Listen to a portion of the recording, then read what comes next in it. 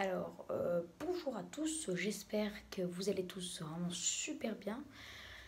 Je vous retrouve aujourd'hui pour un petit bilan du mois d'octobre 2020. Alors, déjà, d'une part, on va parler de ce que je vous disais dans les prévieux souvenirs par rapport à ce qui s'est passé. Alors, j'avoue que pour le mois de septembre, je vous avais raconté, entre guillemets, des bêtises. J'avais dit que le mois de septembre serait sec, enfin, de saison à sec. J'ai eu en partie raison, ça oui, je l'avoue, mais j'ai eu tort parce que je vous avais dit que le mois de septembre serait, entre guillemets, frais. Enfin non, deux saisons. Il a été chaud. Donc j'ai eu raison pour les précipitations, mais j'ai eu tort pour les températures. J'en suis désolée. Par contre, pour le mois d'octobre, tout a changé. J'ai eu raison pour les précipitations, l'ensoleillement et les températures. Les températures, comme je le disais dans la prévision saisonnière, au départ, le déficit devait être de moins 1,2. Donc je me suis dit que j'aurais un petit peu faux parce que moi j'avais dit un déficit entre moins 0,5 et moins 1. Et bien là, figurez-vous qu'on a eu pile ce que je disais, moins 0,5 degrés. Des précipitations avec un excédent de plus 30 à 50%. Et ben on a eu pile ce que j'attendais, on a eu plus 50%. Et on a eu un ensoleillement déficitaire, donc j'avais dit moins 20 à moins 40%, et ben on a eu moins 30%. Donc le mois d'octobre s'est révélé frais, humide et surtout venteux avec de nombreuses tempêtes. Donc heureusement, j'ai eu faute pour septembre, mais je me suis très bien rattrapée pour octobre parce que là j'avais dit exactement la même chose, donc le taux de fiabilité pour le mois d'octobre est de 100%. Par contre celui de septembre, vu que j'ai eu à moitié raison avec les précipitations, il est de 50%. Et j'ai vu que j'ai eu pas forcément raison pour les températures, mais j'ai dit que c'était pas frais mes deux saisons. On, ouais, bon, le taux de fiabilité pour septembre, il est ouais, 55%, 60%, combiné avec 100% pour le mois d'octobre.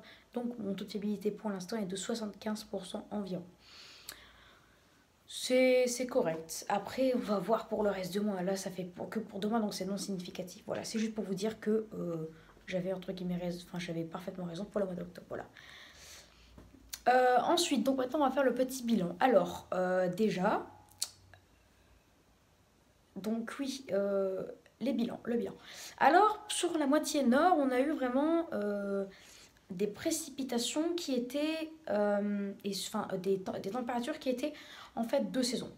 C'est plus frais, moins 0,5 dans la moitié nord-est, et deux saisons à légèrement supérieures dans la moitié nord-est.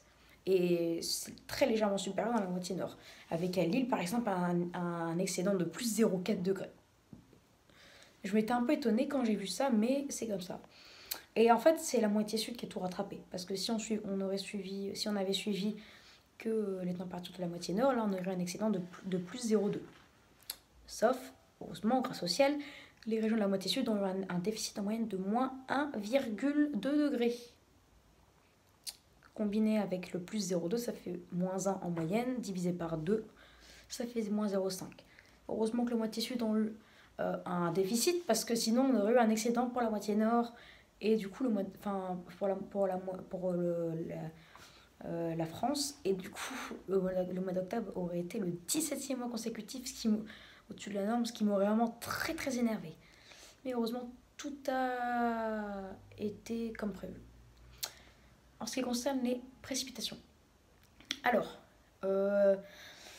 on a eu beaucoup de précipitations, des précipitations notamment fortes dans la moitié ouest, là où on a eu le plus d'excédents.